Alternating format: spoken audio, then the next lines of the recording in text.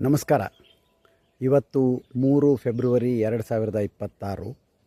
ನಿಮಗೆಲ್ಲ ಸುಮನ ಸಂಗಮ ಕಾಡು ತೋಟಕ್ಕೆ ಮತ್ತೊಮ್ಮೆ ಸ್ವಾಗತ. ಈಗ ನಾನು ತೋರಿಸ್ತಾ ಇರುವಂಥ ದೃಶ್ಯ ಇದು ಕವಳಿ ಹೂವಿಂದು. ಬೇಂದ್ರೆ ಅವರ ಒಂದು ಹಾಡಿನೊಳಗೆ ಕವಳಿಯ ಮಾತು ಬರ್ತದೆ. ನಂಗೆ ಸದ್ಯಕ್ಕೆ ನೆನಪಾಗ್ತಾ ಇಲ್ಲ, ಮತ್ತೊಮ್ಮೆ ನೆನಪು ಮಾಡ್ಕೊಂಡು ಹೇಳ್ತೀನಿ.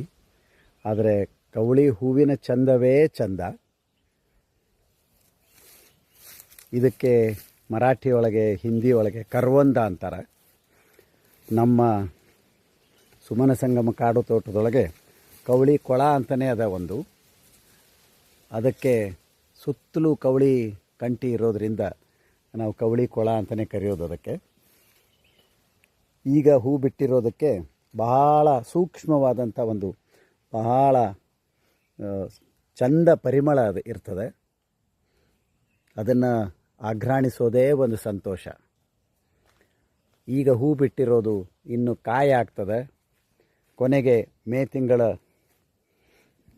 ಕೊನೆ ಭಾಗದೊಳಗೆ ಜೂನ್ದೊಳಗೆ ಬೇಸಿಗೆ ಮಳೆಗಳು ಶುರು ಆದಮೇಲೆ ಹಣ್ಣಾಗ್ತವೆ. ಕಪ್ಪು ಹಣ್ಣು, ಹುಳಿ ಸಿಹಿ, ಅದರದ್ದೇ ಒಂದು ರುಚಿ.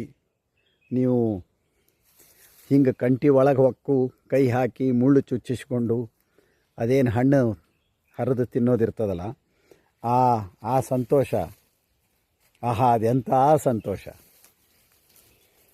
ಬರ್ರಿ, ಸುಮನ ಸಂಗಮ ಕಾಡು ತೋಟಕ್ಕೆ ಬರ್ರಿ.